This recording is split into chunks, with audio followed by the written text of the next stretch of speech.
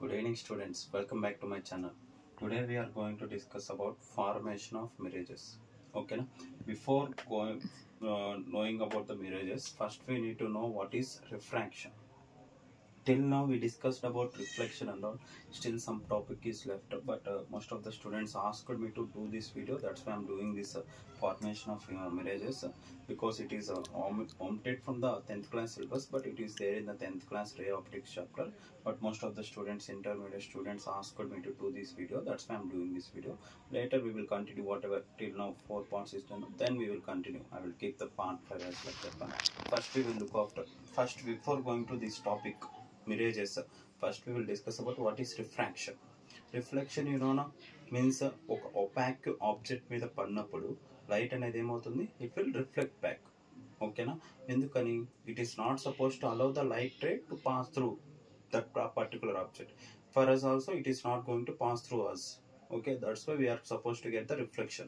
Refraction is a phenomenon.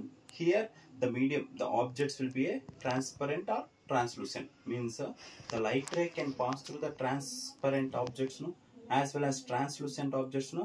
Then whatever the phenomenon, we are supposed to get a refraction. When a light ray passing from, when a ray of light passes from one medium to another medium, and what will happen, it is supposed to bend. The bending of light rays when a light ray travels from one medium to another medium is called refraction. For that we will do little bit of experiment. Now we can able to see this one now. This is the lemon inside of a glass. It is of normal size starting.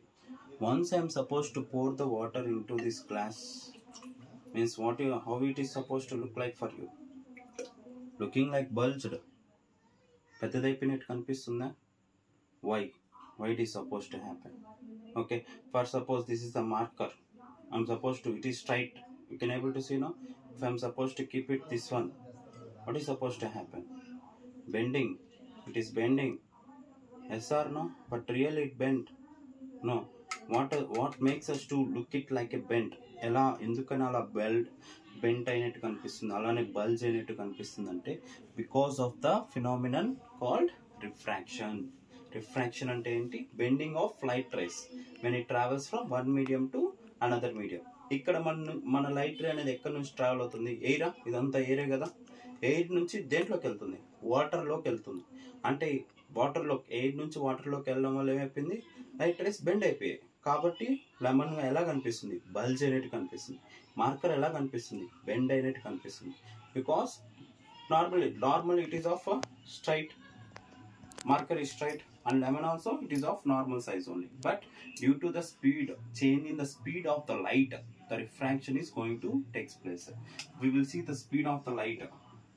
Speed of the light in air is 3 into 10 to the power of 8 meter per second. Air or vacuum, whatever it is. And in water it is of 2.25 into 10 to the power of 8 meter per second. And through the glass, 2 into 10 to the power of 8 meter per second. You can see the difference, no? There is a change in the speed of the light. Due to this, the bending of light rays will happen when it passes from one medium to another medium. And based upon the speed of the light, the mediums are divided into two types.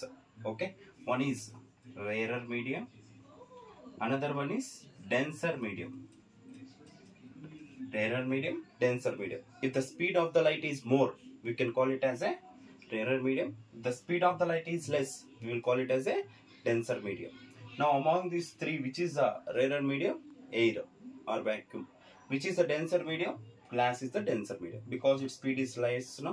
Or else one more definition, for based upon the refractive index. Refractive index is inversely proportional to speed of the light. Speed of the light. If this value is low, speed will be more. Means speed of the light is low, we call it as denser. For denser, it will have what you are supposed to have? Higher refractive index. For rarer, it's supposed to have lower refractive index. Okay, na? Clear? Now what we will see? We will see what will happen when it travels from one rarer to denser and denser to rarer medium. Rarer to denser medium we will see. Okay na, I'm drawing one perpendicular line to the surface. We've got as interface అని పిలుస్తాం దీన్ని. ఎందుకు interface అంటామంటే ఇది ఏం చేస్తుంది, ఇది two mediums ని divide చేస్తుంది లేకపోతే జాయిన్ చేస్తుంది. We call it as a interface. ఓకేనా, it is the region where the two mediums are separated or joined. Okay, and one more. First we will see when it travels from rarer to denser medium. Rarer to denser medium. Rarer to denser medium. Okay na, here speed will be more, even here speed will be less. Okay na, since there is a decrease in speed of the light, what will happen if the ray of light is passing ila incident అయినప్పుడు, this is the angle of incidence. The incident ray making an angle with the normal, we call it as the angle of incidence. ఇది ఏమైపోతుంది, it will bend towards the normal. ఈ light ray ఏమైపోతుంది, దగ్గరకు వచ్చేస్తుంది. This angle of refraction will be less. Angle I is greater than angle R, and as well as V1 is greater than V2. Because the speed is supposed to reduce, that's why it will bend towards the normal when it passes from rarer to denser medium. Understood? Rarer నుంచి denser కి వెళ్తుంటే ఎలా bend అవుతుంది, towards the normal. ఎందుకు అలా bend అవుతుంది, speed అనేది తగ్గిపోతుంది కాబట్టి. And similarly when a light ray passes from, let us take it as denser and this is the rarer. ఓకేనా, డెన్సర్ నుంచి రేరర్ కి వెళ్ళినప్పుడు ఏమైపోతుంది, it will bend away from the normal. ఓకేనా, this is the angle of incidence, this is the angle of refraction. ఏమైపోతుంది ఇక్కడ, denser నుంచి rarer కి bend away from the normal. ఎందుకని, speed is greater than the denser medium. ఓకేనా, V1 is less than V2 and angle I is less than angle R. ఓకేనా, ఇలా ఇవి two cases. Rarer నుంచి డెన్సర్ కి వెళ్తున్నప్పుడు ఏమైపోతుంది, bends towards the normal. Denser నుంచి రేరర్ కి వెళ్ళినప్పుడు ఏమైపోతుంది, bends away from the normal. ఓకేనా, ఇప్పుడు చూడండి, డెన్సర్ నుంచి ఇది యాంగిల్ ఐ అనుకుందాం. ఓకేనా, this is the denser, this is the rarer. ఓకేనా, ఇప్పుడు ఈ యాంగిల్ ఐ అనేది ఏమైపోతుంది, bend away from the normal, అంటే బెండ్ అయిపోతా ఉంటుంది. ఫర్ సపోజ్ నేను ఇప్పుడు ఏం చేస్తాను, ఈ యాంగిల్ ఇంకొంచెం పెంచుతాను. ఈ యాంగిల్ ఇంకొంచెం పెంచితే ఏమైపోతుంది, ఇది ఇంకా బెండ్ అవుతుందా అవ్వదా, ఈ యాంగిల్ ఇంకా పెంచుతా ఉన్నాను, ఏమైపోతుంది, it will bend towards the horizontal surface. అవునా, ఒక్కనొక పాయింట్లో ఏమైపోతుంది, ఈ రిఫ్రాక్టెడ్ రే అనేది ఈ సర్ఫేస్ తో పాటు వచ్చేస్తుందా, ఎప్పుడైతే మనం యాంగిల్ ఆఫ్ ఇన్సిడెన్స్ ఇంక్రీజ్ చేస్తా వెళ్తున్నామో ఏమైపోతుంది, ఒక్కనొక పాయింట్ లో ఈ రిఫ్రాక్టెడ్ రే అనేది ఏమైపోతుంది, ఈ హారిజాంటల్ సర్ఫేస్ తో ట్రేస్ అయిపోతుంది. ఓకేనా, అప్పుడు యాంగిల్ ఎంత ఉంటుంది, this angle of refraction. What is angle, 90 degrees అయినా పర్పెండిక్యులర్ అయినా, ఈ యాంగిల్ ఎప్పుడైతే యాంగిల్ ఆఫ్ రిఫ్రాక్షన్ అనేది 90 degrees అవుతుందో, ఈ యాంగిల్ ఆఫ్ ఇన్సిడెన్స్ ని ఏమంటామంటే critical angle అంటాం. The angle of incidence where the angle of refraction is 90 is called critical angle. ఆ యాంగిల్ ఆఫ్ ఇన్సిడెన్స్ ఏమంటాము, క్రిటికల్ యాంగిల్ అంటాం. ఇప్పుడు క్రిటికల్ యాంగిల్ కన్నా ఇది పెంచేస్తున్నాను నేను. ఇప్పుడు క్రిటికల్ యాంగిల్ కన్నా పెంచేస్తే ఏమైపోతుంది చెప్పండి. If I am supposed to increase from the critical angle, this is the angle I equals to angle C. Critical angle కన్నా పెంచేస్తాను, ముందర ఎలా ఉంది, ఇలా ఉంది, ఇంకా పెంచితే ఏమైపోతుంది, it will comes back no, ఇలా వచ్చేస్తుందా, అప్పుడు ఏమైపోతుంది, రిఫ్లెక్షన్ అయిపోతుందా. This phenomenon we call it as a total internal reflection, TIR ఏమంటాము, టోటల్ ఇంటర్నల్ రిఫ్లెక్షన్.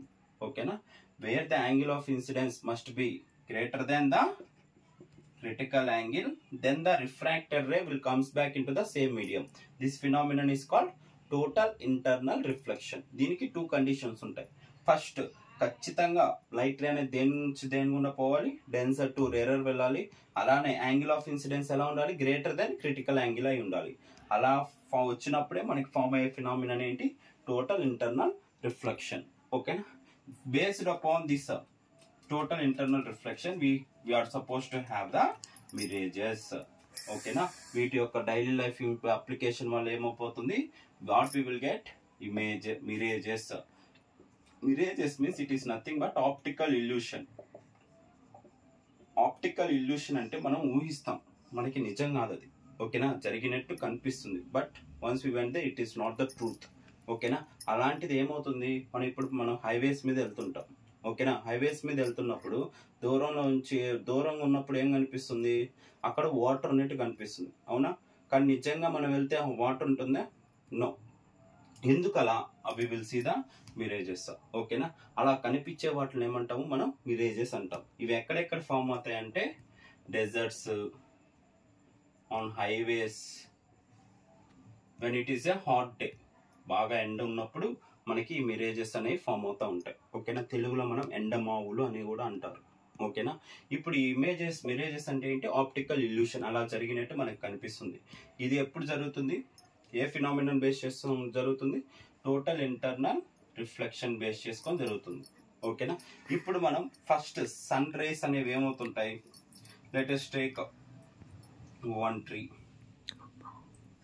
ఒక ట్రీ తీసుకుందాం. ఓకేనా, సన్ రేస్ అనేవి మనకి ఏమవుతా ఉంటాయి? సన్ రేస్ సన్ నుంచి పడుతూ ఉంటాయి కదా, ఒక ట్రీ మీద పడుతున్నప్పుడు ఏమైపోతుంది, మనకి టెంపరేచర్, ఇది రోడ్ అనుకుందాం, ఇది రోడ్ అనుకున్నప్పుడు దీనిపైన టెంపరేచర్ ఎంత ఉంటుంది? ఎక్కువ ఉంటుందా? అది పెరిగే కొద్ది టెంపరేచర్ ఏమవుతుంది? ఇక్కడ ఎక్కువ ఉంటుంది. పెరిగే కొద్ది ఏమైపోతుంది? టెంపరేచర్ తగ్గిపోతుంది. టెంపరేచర్ ఎక్కువైందంటే డెన్సిటీ ఏముంటుంది? తక్కువగా ఉంటుంది. ఓకేనా, డెన్సిటీ తక్కువ ఉందంటే ఇదే మీడియము? Rarer medium. ఓకేనా, ఇది టెంపరేచర్ తక్కువ ఉంది అంటే డెన్సిటీ ఎక్కువ ఉంది. డెన్సిటీ ఎక్కువ ఉంటే ఏమంటాము? Denser medium. మనకి అట్మాస్ఫియర్ అని it is flat of layers గా ఉంటుంది కదా, స్ట్రాటోస్ఫియర్, లిథియోస్ఫియర్, ఎవ్రీథింగ్. ఓకేనా, లేయర్స్ గా ఉన్నప్పుడు ఏమైపోతుంది? లైట్ రే అనేది ఎక్కడి నుంచి ఎక్కడికి వస్తుంది? డెన్సర్ టు రేరర్ వస్తున్నప్పుడు ఏమైపోతుంది? బెండ్ అవేనా? మళ్ళీ ఇక్కడ కూడా డెన్సర్ టు రేరర్, మళ్ళీ బెండ్ అవేనా? మళ్ళీ what will happen? It will bent away. ఒకనొక పాయింట్ లో ఏమైపోతుంది? It is suppose to take the total internal reflection. Bent అయి ఏమైపోతుంది? Total internal reflection. అలా వచ్చిన లైట్ రే మనం ఇక్కడ నిలబడి చూస్తే ఏమైపోతుంది? మనకి ఎలా కనిపిస్తుంది? మనం ఎప్పుడైనా లైట్ రేని ఎలా చూస్తాం? How we are suppose to see? Straight గానే కదా. అలాంటప్పుడు మనకి ఎలా కనిపిస్తుంది? We are suppose to see the inverted image of this one. ఓకేనా, అలాంటిదే మిరేజెస్. అర్థమైందా? మిరేజెస్ అంటే అదొక ఆప్టికల్ ఇల్యూషన్, అంటే నిజానికి జరగదు, నిజంగా మనకి కనిపిస్తుంది అంతే. Once you went go through that one, it is not the truth. ఓకేనా, ఇది అర్థమైనది. మనం సర్ఫేస్ మీద అందరికి తెలుసు కదా, టెంపరేచర్ ఎక్కువ అవుతుంది, పెరిగే కొద్ది టెంపరేచర్ తగ్గిపోతుంది. ఇది రేరర్ అవుతుంది, ఇది డెన్సర్ అవుతుంది. డెన్సర్ నుంచి రేరర్కి వస్తున్నప్పుడు ఏమవుతుంది? Will bent away from the normal. ఒకనొక కేసులో ఏమైపోతుంది? It is suppose to reflect back in to the same medium. అలా చూసినప్పుడు, ఒక అబ్జర్వర్ నిలబడి చూసినప్పుడు మనకేం కనిపిస్తుంది?